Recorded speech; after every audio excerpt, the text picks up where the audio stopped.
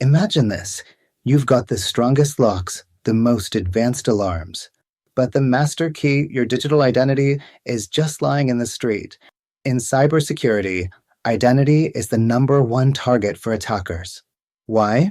Because once they get your identity, or your system's identity, every other door swings open. So, how do we secure that master key?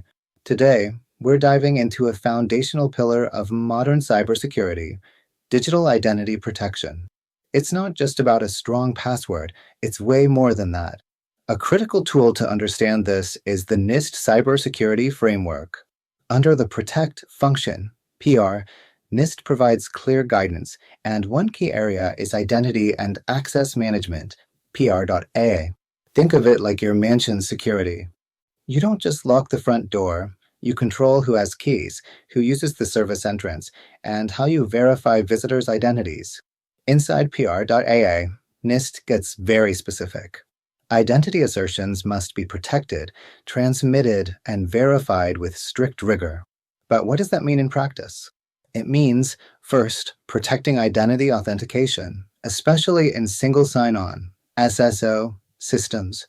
Ever use Google to log into other apps? Or your company's central login portal? If an attacker compromises that one point of authentication, they get access to everything. NIST says, secure this central point, no exceptions. Second, we must protect identity credentials when transmitted between federated systems, for example, when collaborating with partners or vendors. If this communication isn't secure, a man in the middle could intercept or manipulate it and gain fraudulent access. Here's where standards come in. NIST emphasizes the use of standards-based approaches to identity authentication. Why? Because standards let different systems speak the same language securely. Why reinvent the security wheel when battle-tested methods already exist? NIST even gives us a full process. We must follow best practices for generating, protecting, and verifying identity assertions. Generate. How do we create that digital key? Protect. How do we secure it? Think digital signatures and encryption. A digital signature ensures the identity assertion hasn't been tampered with and comes from a trusted source. Encryption ensures only authorized recipients can read it. Verify. How do we check the signature is valid and legit? This three-step process is critical for building trust in digital interactions. The goal of PR.AA? Ensure that identities and credentials, whether for users, services, or devices, are managed based on the risk of unauthorized access. You don't protect the intern's account the same way you protect the system admins. That's why NIST recommends actions like managing identities and credentials, creating, assigning, revoking them properly, verifying identities, making sure the person is who they claim to be before issuing access, authenticating users, services, and devices, and this is where multi-factor authentication, MFA, comes in. If you're only using a password, a hacker only needs one thing. With MFA, they need two or more, like your password and your phone. It's one of the most effective defenses out there, and NIST strongly recommends it. Also, don't forget about physical access. All the digital security in the world won't help if someone walks into your server room and walks out with your data. But NIST isn't the only player here. Frameworks like COBIT remind us that cybersecurity isn't just tech. It's also governance, people, and processes. COBIT 4.0 talks about implementing IT policies and communicating them across the organization. It stresses the need for skilled personnel, defined roles, and responsibilities, especially around security. So while NIST tells you what to do for identity protection, COBIT helps you govern and sustain those controls over time. Then there's ISO 27001, the global standard for Information Security Management Systems, ISMS.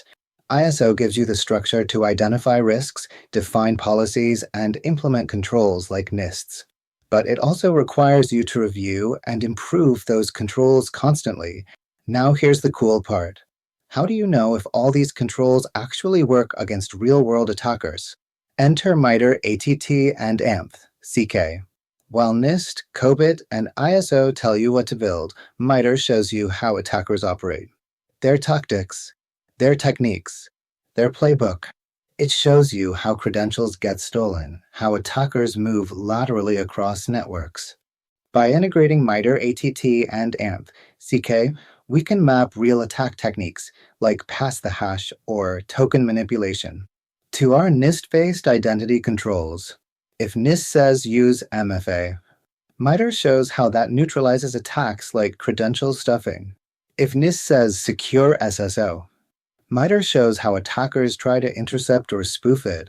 This adversary-informed view lets us validate whether our defenses can really hold. So, protecting digital identity is multifaceted. NIST gives us the technical controls. COBIT and ISO 27001 give us governance and management. MITRE ATT and AMP-CK helps us test and improve based on real threat behavior. Mastering identity protection isn't just compliance, it's a strategic necessity in the digital era. It prevents breaches, protects your reputation, and maintains customer trust. We've covered the core of NIST's identity controls and how they integrate with COBIT, ISO, and MITRE. But there's more, a lot more. In our upcoming short videos, we'll break down specific steps, common mistakes, and practical tips you can apply right now. Like, do you know the key difference between visibility and detection? Or how to use MITRE to prioritize your defense efforts? In the next shorts, we'll tackle all of that, including one simple NIST-recommended control that blocks most common attacks. Don't miss it. Subscribe and turn on notifications so you catch every tip. And tell me in the comments, what's your biggest challenge when it comes to protecting digital identities at your company? Your story might be the next episode. Thanks for watching. See you in the next short.